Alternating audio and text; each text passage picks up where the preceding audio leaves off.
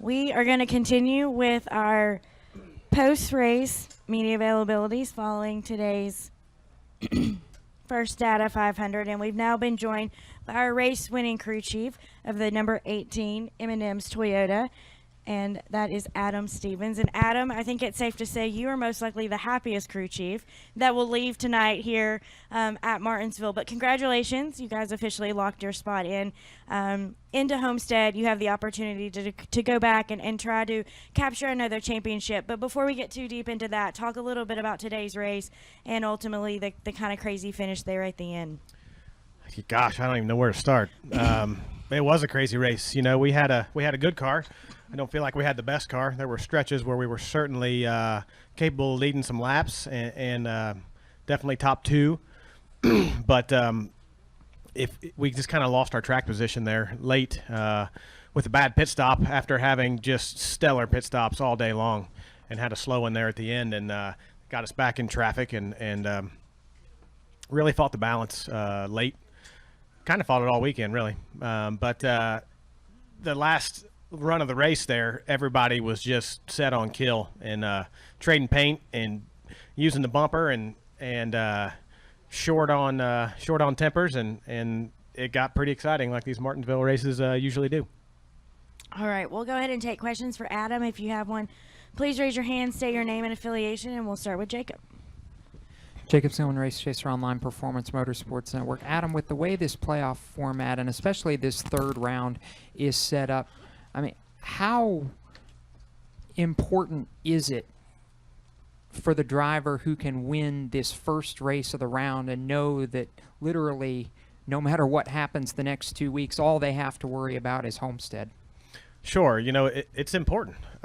You saw the guy that did it last year went and won the championship. I don't know if that bared any fruit for that, but it's what happened. You know, we have the luxury of being able to focus on Homestead, think about Homestead, plan setups, plan practice, and think about that weekend solely. But saying that, we still need to go these next 2 weeks and execute and perform and keep some momentum. You don't want to go and perform poorly and have bad days on pit road and think you're going to flip a light switch when you get to Homestead just because you got to look at a notebook longer than somebody else. But the biggest thing is, you know, with only taking 4 cars there and 3 races in this round, you could have 3 chase winners and only have 1 car get in on points. And with the bonus point advantage that the 78 has, you know, if he goes and finishes top 6 or 7, which would be hard to imagine that he wouldn't do that, you know, that you're going to get locked out. So you really need to focus on winning a race, and we were able to do that today. All right, we can get a microphone to Bob, please. Bob Pockris, ESPN. How much do you expect there to be kind of bumping and wrecking of each other when this is the way the format is and there's so much reward for a win? Yeah, I think you saw what you're going to see these next coming events. I mean, the only difference would be, you know, when you're going 180, 185 miles an hour, it's just harder to get to somebody's bumper. But you can certainly do it when you're going 60 mid-corner at Martinsville, and it's not different than we've seen, but certainly the 3-race format and the pressure to win is so high that you see guys make some pretty desperate moves, pretty high-risk moves, and you saw a lot of that today. All right, if we can get a mic to Mike, please. Mike Embry, USA Today. Congratulations on surviving it all. What's your perspective on what's acceptable and what's not in that last 10-lap scenario? Is it okay to bump and run, but not okay to slam somebody into the outside wall and crash their car? Is there some kind of line there or not? Yeah, of course there is. But your version of bump and run might be my version of slam, and somebody else, and that's just racing to somebody else. So, you know, that's kind of up to the drivers to sort out. And they're probably going to have a lot of conversations in the near future and maybe some payback too. I don't really know, but thankfully we're not a part of that. We have been a part of it in the past on both the giving and probably the receiving side. So it's part of the sport, and when you amp up the pressure, you're going to get more of it. All right, Janet, go ahead. Adam, I asked Truex and Boyer, they were in here before you, this question. It's more of a philosophy question. Let's say you had not been you had already been eliminated from the playoffs, and you were the 22 situation, got that tire rub. Would you have come in as if your teammate was leading under green to fix that? Instead, he brought the caution out, and it sort of changed the whole. I mean, what's the thinking there?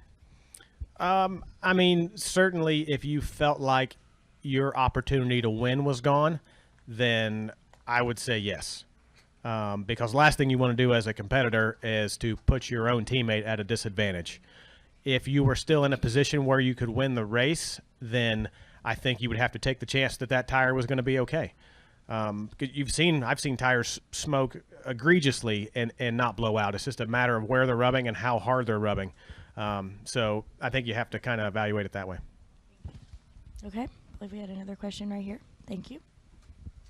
When you talk to the fans out there, they say what they saw at the end was a little dirty. Do you think it was dirty? You're going to have to be more specific because there were so many people hitting each other. I don't really know. Demi Hamlin did. You really have to see the steering and throttle trace to really know what was going on. I'm not an expert and I wasn't driving either car, but I definitely saw the 24 not leave the 11 a lane and kind of chop him on exit, and then it looked like he really slowed down but an amount that Denny wasn't expecting getting into the corner. That's what I saw. But, them two will have to go over that. I honestly don't know if that's what happened, but that's what it looked like to me. All right. Any questions in the press box for Adam?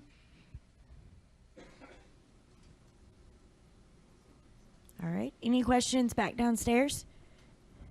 All right. We'll go to Bob. What are you going to do the next 2 weeks? Oh, that's a great question. I'm going to find a cup of coffee and see if I can get warm immediately is what I'm going to do. And then I'm going to work. Going to work my guts out like I do every week. And we've only got 3 weeks to go. We're going to go try to build some momentum, have some strong finishes and good pit stops, really focus on pit practice, really focus on Homestead, review the notes from the 78 and the 11 test and our past notes and see if we can put a setup together and a practice plan and a race plan and go down there and race for a championship. All right. Take an additional question. I'm a Martinsville local with Star News, and a lot of effort's been done to get these lights up and so forth. How was it racing under the lights for the first time? It was really cool. If it was June or August or something and it was 75 or 80 outside, I'd say I absolutely loved it. The 2-day show I thought was great. It was packed for a crew chief and a team. There was a lot going on. I did like the lights. They were certainly bright enough, and I thought it was a pretty cool show, just a little chilly. All right. Dustin, go ahead. Dustin Long, NBC Sports. In 2015, you didn't have that win to get into Homestead, so you had to hustle it through each of the 3 rounds. How, even as you still want to continue that momentum, how does that change things? How does that change in how you approach, and what did you learn from that 2000? Is there anything you can take from that 2015 experience? Yeah, I mean, there's something you learn every time you go to the racetrack, but certainly having been part of the playoffs the previous 2 years and making it all the way to Homestead, they were both very different, but we had to get in on points both times. And in 15, we had to get through the first round and the second round by the skin of our teeth. And then and the third round was actually the easiest round as far as pressure, just by the way it played out. Last year it came down to the wire. It came down to the finish at Phoenix, if I recall. And, that's going to be the same this year for the rest of the competitors, I would say. So you just not having that stress and being able to focus on the big picture and the task at hand is a huge relief. And hopefully that bears some fruit for us at Homestead. So how much do you spend on Homestead now that you wouldn't have, or is that just other people know that the parts are all? Well, we're still trying to get the 11 down there too. So it's week to week. But certainly, you'll have to you're always looking forward, even through the season. You're not just looking at next week. You're looking 2 and 3 and 4 weeks ahead. So, I'm just going to have to carve a little time out of the next 2 and push that to the Homestead side. I couldn't really give you a percentage at this point, but definitely be thinking about Homestead. All right.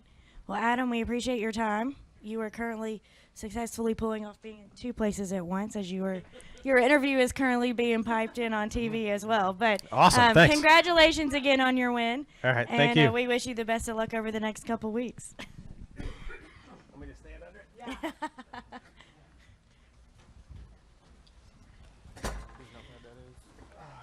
Right. We have now been joined by our race winner, driver of the number 18 M&M's Toyota, Kyle Busch, and CoyGibbs, who is the director of race services at Joe Gibbs Racing. And Kyle, we'll start with you. Obviously, congratulations on the win today, and officially clinching your spot into the playoffs, or I should say into Homestead. Talk a little bit about the race, how it played out, and ultimately being able to come home in victory lane today. Yeah, it was a good day for us. You know, we weren't great, but we just kind of kept ourselves running up front all day long. Awesome pit stops kept us up there as well too, and being able to have a really good M&M's Toyota today. It was I thought there when we got the lead that it was going to be our day the rest of the way, but just wasn't meant to be. We just kind of lost the handle on it there right at the end of the stage 2 and just wasn't quite able to get it back. A couple of those other guys really got good going there at the end. Brad, the 22, the 24, and so it was just chaos kind of there at the end and just what all was happening with those restarts. So you just kind of had to stay on your toes and try to keep your nose clean, kind of try to stay out of trouble. And fortunately, you know, we were able to keep our back bumper clean and clear, and then, you know, race for the win there on that last restart with the 11 and was able to bring it home. So real proud of all of our guys, our whole team, and being able to get ourselves another opportunity to go race for a championship here this year. And Coy, for you, just talk a little bit about what it means to the team to have Kyle and the number 18 team locked in for Homestead, and kind of how your organization will approach the next couple weeks. Don't give away all the secrets. No, we're obviously really excited. Not only for our family, but just for Joe Gibbs Racing, and obviously for Kyle and Mars, all our sponsors. I think it was. You look back on the year. There's so many times when Kyle was the fastest car and we didn't win. So this is kind of a reverse for us, but we'll gladly take it, and it locks us up into the chase. So we'll move forward with that. All right, we'll take questions for Kyle or Coy. If you have one, please raise your hand, state your name and affiliation. Anybody? All right, we'll start with Jacob, go to Bob, and then Jeff. Jacob Zillman, Race Chaser Online Performance Motorsports Network. Kyle, after watching how relatively calm yesterday's truck race was, and then really the first 300 or so of this race today, is it always kind of in the back of your guys' minds that the chaos that happened at the end is a possibility here? And then are you, in a way, is it a good thing for you that you got to the victory but really don't have anybody mad at you leaving here? Yeah, that's not the norm for me, or what? Typically, I try to race well, try to race clean, try to do a good job to leave here with not too many people mad at me. But you know, we kept our nose clean all day long. It was a great opportunity for us to have a fast race car. We just kind of ran, you know, first, second, third, fourth all day long, and was going to probably finish fourth. Except there was a couple opportunities there at the end where I was able to find a hole, and the 22 kind of closed it. They were getting into turn 1, and a lot of things started happening there. But then, you know, the 24 and the 11 getting into it with one another, the C's just kind of kept parting for us and kept opening up for us to be able to get up closer to the front. And, you know, we were able to take advantage of that today. So just really anxious, I guess, to race for a championship again, and excited about that and being able to go to Homestead now and not necessarily have to fret over the next 2 weeks. And, you know, we'll focus on the next 2 weeks and being able to go race for wins still in order to kind of keep everybody on their toes and everybody worried about whether or not they'll get through on points or not. But we'll see what happens. All right, Bob, go ahead. Bob Hockers, ESPN. Denny said he didn't think you'd move him, but all is fair in love and war when it comes to Homestead. Is it fun to race with that seeming to be the case? And, you know, is pretty much everything fair, you know, when it comes to this system? Life ain't fair, bud. So, you know, it was what's fair is and what's not is irrelevant. I just think that when it comes down to the end of the race and you're racing for a win like that, and you see the white flag waving, you got it, and the door kind of cracks its way open a little bit. You got to put your foot in there and go get it. So that was our opportunity to punch our ticket to be able to go to Homestead. And you know, Denny thought the same thing, racing with the 24.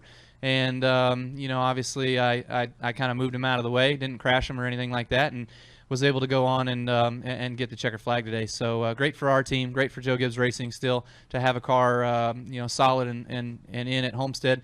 The 11 still's got a great shot. They got speed. They're fast each and every week. So look forward to seeing them get their way through it, whether it's Texas or Phoenix, and hopefully we can have 2 cars there at Homestead like we did last year with myself and Carl. All right, Jeff, go ahead. Jeff Gluck from jeffgluck.com. How fine of a line is it between moving somebody and wrecking somebody? Because, I mean, Denny said that he was trying to do the same thing that you did to him, or, that Chase did to Kozlowski, try to move him up the track. He ends up wrecking Chase. Is it, like, when you guys are trying to move somebody, are you on the edge of wrecking? Like, how close is that?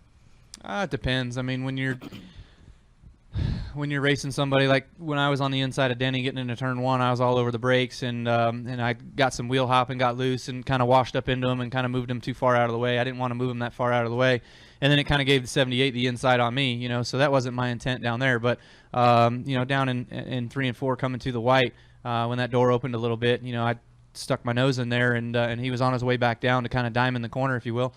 And I just didn't allow him to have that diamond on the exit, so you had to get in there and root and grouge a little bit. It's Martinsville, it's racing. Our car was relatively clean for much of the day, and we were able to win it. So it's a tough balance sometimes. You got to know who you're racing, when you're racing, what you're racing for. All those sorts of things go into play.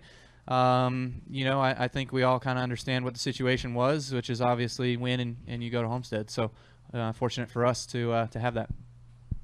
All right, Jim, go ahead. Jim Utter, motorsport.com. Times change, the aero package has changed, but how much will it help that you've gone through this experience and come out on top with the last winner take all race at Homestead? Yeah, it's it's going to be a tough race. It's never easy. All the championship 4 are going to be fast. It is every single time we go down there. It's crazy to look at it today. How many of the championship guys were right up front in the top 6, top 7. So. That's just kind of the way this business is. When it comes down to the end of the season, the cream will always rise, and those guys will always be a part of the race, and be a factor. So we go to Homestead not knowing who our other 3 compadres are yet, but I feel as though the 78 will be one of those, and whether or not the 11 can be another one of those, and if it's going to be the 2 or the 4 or whoever. Maybe even the 24 or the 21 for as fast as the 21 was at Texas. Who knows? So I think it's kind of wide open to see how that's going to play out for the rest of the playoff contenders. All right, additional questions? Yes. Charles Work, Star News. When the wreck with Demi and Chase happened, the fans were going dirty. Do you think that was dirty? I don't know. I haven't seen the whole entirety of that crash. I just saw it from behind, and I couldn't tell whether or not he was there or wasn't there. So I have to reserve my comments till I see it. All right, Bob. Bob Parkhurst, ESPN. Were you surprised that Logano didn't pit, or did it look like when his tire was rubbing, or did it look like he was able to hang on somewhat decently? I was surprised. When it's rubbing that bad, you've got about 5, 6, 7 laps. I think we saw it with McMurray here in the spring. He had the same thing happen to him. So what's crazy is I actually smelt it go from rubber to cords and knew it was coming. I knew he didn't have much time left. So I hate it that all that stemmed that way. But when you're racing for a championship like myself, you put yourself in that spot down the front straightaway 3 wide, and they all kind of came down and crowded me, and I then was hard on the brakes to back out of it. But ultimately it's too late, and they didn't give enough room to me. So we all kind of got together there, and then I was back on his inside again after he got it all gathered back up, and he just ran me in the grass again. So it's just kind of crazy that he don't have anything to lose. I have everything to lose. So it's just a product of racing here, and coming down to the end of the race at Martinsville, you're trying to get all the spots you can, because you know that each and every little point is going to be important. If he no team orders, not on that one. I think I was just in front of him. I had just passed him. Yeah. So I was in front of him when finally I heard caution was out. So. Would you have expected one of your teammates to pit if they were not in the playoffs in that situation? I think we all got to be smarter for our company. You know, certainly I think Logano lost his opportunity, lost his chance to win. I think they're not really racing for anything, if you will. Obviously, they're racing for spots and points to be as high as they can. But when you got to look at the greater good of the company, I would like to expect that our guys are smart enough to do that. Right, Coy? Jacob, go ahead. Jacob Seelman, Race Chaser Online Performance Motorsports Network. Coy, Kyle came back from injury, won the championship 2 years ago. Now he's got another shot to deliver you guys a championship. What have you seen grow in him since he came back a couple years ago into the seat, and how important has he been to the organization just from an overall strength standpoint the last couple years? You know, I wasn't there a couple of years ago. I didn't get to follow it all the way through.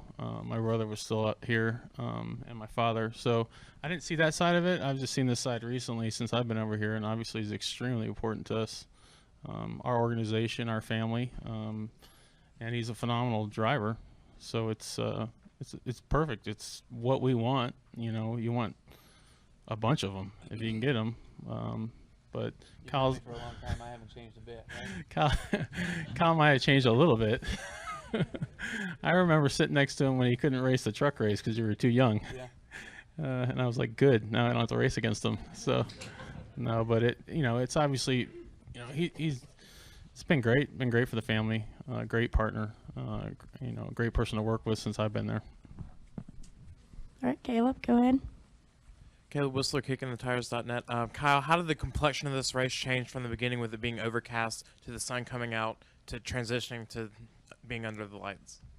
There was a lot of transition today, but I thought when our car was the best was there when the sun was out. You know, we were leading, the sun was out. I don't know whether the ambient temp raised at all, but maybe the track temp did a little bit with the sun being on the track for the 30 laps that it was, but after that it just started cooling down and just started getting worse for us, so I do better here when it's warmer out than when it's cold out for some reason. I'm not sure what it is, but we just definitely got to continue to work on that and make ourselves better in colder degrees, temperatures. When we were here during the test, it was mid 80s and we were flying, we were fast, we were really, really good, so we were really excited about coming here, and we showed some of that speed yesterday. We were really good. Everybody was kind of focused on us and looking at us as being the best car, and then it cooled off and got cold, and we were only 4th place. So there's something that I'm just kind of missing here when it's cool out, and I got to figure it out. All right, any questions in the press box?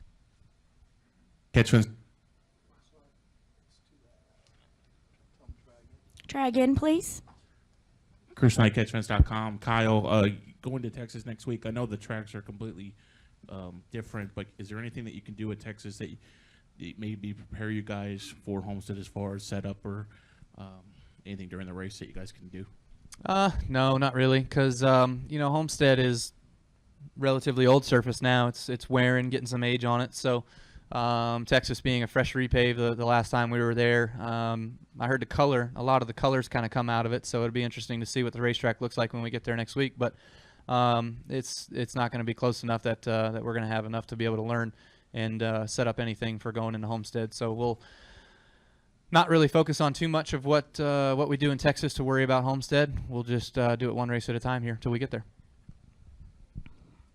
All right, any additional questions in the press box? All right, any additional questions downstairs? Okay, we'll take a final question here. Obviously, with the lights, a lot of work has been put into that, and we hear about the LED lights having no shadows and all that. Did you experience any of that today with the lights? I thought when the track transitioned from day to night, I thought everything was good. I didn't have any issues at all with the lights coming on, finishing the race under the darkness. I just think that Mother Nature didn't really help things with us for as cold as it was today. Yesterday was awesome. It would have been nice to race with a warmer day for all the fans and everybody in the grandstands. And, maybe one of these days with schedule realignments and whatnot, we'll come here sooner in the year and we'll have a full-fledged night race. So we'll see how that goes. All right, for Kyle, Coy, congratulations again. All right, thanks. And we appreciate you guys spending some time with us.